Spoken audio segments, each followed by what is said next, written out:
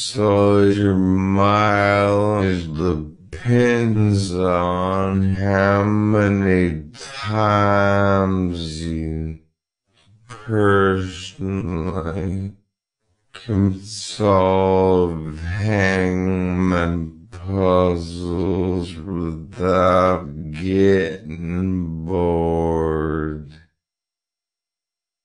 And that is something only you will know for sure.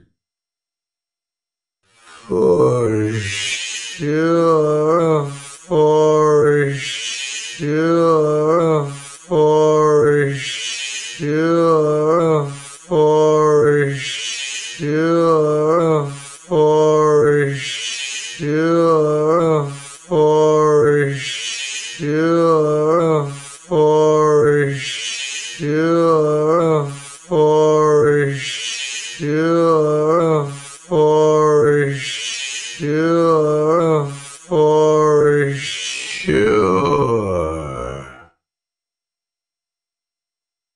Born into this world with an Atari 2600 joystick in his hand, this dynamic young man hasn't stopped gaming since.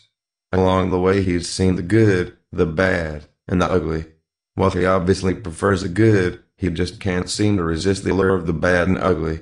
Born into this world with an Atari 2600 joystick in his hand, this dynamic young man hasn't stopped gaming since. Along the way he's seen the good, the bad, and the ugly. While he obviously prefers the good, he just can't seem to resist the allure of the bad and ugly. Born into this world with an Atari 2600 joystick in his hand, this dynamic young man hasn't stopped gaming since. Along the way he's seen the good, the bad, and the ugly. While he obviously prefers the good, he just can't seem to resist the allure of the bad and ugly. Born into this world with an Atari 2600 joystick in his hand, this dynamic young man hasn't stopped gaming since. Along the way he's seen the good, the bad, and the ugly. While he obviously prefers the good, he just can't seem to resist the allure of the bad and ugly. Can this be any slower? Group of symbols, no speed. A gun is a normally tubular weapon or other device designed to discharge projectiles or other material. 1. The projectile may be solid, liquid, gas, or energy and may be free, as with bullets and artillery shells, or captive as with taser probes and whaling harpoons. The means of projection varies according to design, but is usually affected by the action of gas pressure, either produced through the rapid combustion of a propellant or compressed and stored by mechanical means, operating on the projectile inside an open-ended tube in the fashion of a piston. The confined gas accelerates the movable projectile down the length of a tube, imparting sufficient velocity to sustain the projectile's travel once the action of the gas ceases at the end of the tube or muzzle. Alternatively, acceleration by electromagnetic field generation may be employed, in which case the tube may be dispensed with and a guide rail substituted. The first devices identified as guns appeared in China around 1000 AD. And by the 12th century the technology was spreading through the rest of Asia, and into Europe by the 1,003 century. The origin of the English word gun is presently considered to derive from the name given to a particular historical weapon. Domina Gunilda was the name given to a remarkably large ballista, a mechanical bolt-throwing weapon of enormous size, mounted at Windsor Castle during the 14th. This name in turn may have derived from the Old Norse woman's proper name Gunhildr, which combines two Norse words referring to battle. 3. In any case, the term gun or gun was applied to early handheld firearms by the late 14th or early 15th or early 15th or early 15th or early 15th or early 15th or early 15th or early 15th or early 15th histo.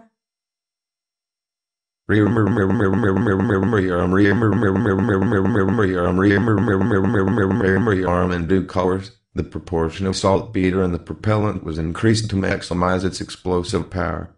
7. To better withstand that explosive power, the paper and bamboo of which fire lance bearers were originally made came to be replaced by metal. 6. And to take full advantage of that power, The shrapnel came to be replaced by projectiles whose size and shape filled the barrel more closely. 7. With this, we have the three basic features of the gun: a barrel made of metal, high nitrate gunpowder, and a projectile which totally occludes the muzzle so that the powder charge exerts its full potential and propellant effect. In due course, the proportion of saltpeter in the propellant was increased to maximize its explosive power. 7. To better withstand that explosive power, the paper and bamboo of which fire lance barrels were originally made came to be replaced by metal. 6. And to take full advantage of the power, the shrapnel came to be replaced by projectiles whose size and shape filled the barrel more closely. 7. With this, we have the three basic features of the gun: a barrel made of metal, high nitrate gunpowder, and a projectile which totally occludes the muzzle so that the powder charge exerts its full potential and propellant effect. One theory of how gunpowder came to Europe is that it made its way along the Silk Road through the Middle East. Another is that it was brought to Europe during the Mongol invasion in the first half of the 13th century. 11. 12. English Privy Wardrobe accounts list Raybalgus, a type of cannon, in the 1340s, and siege guns were used by the English at Calais in 1346. 13. The earliest surviving firearm in Europe has been found from Otepa, Estonia, and it dates to at least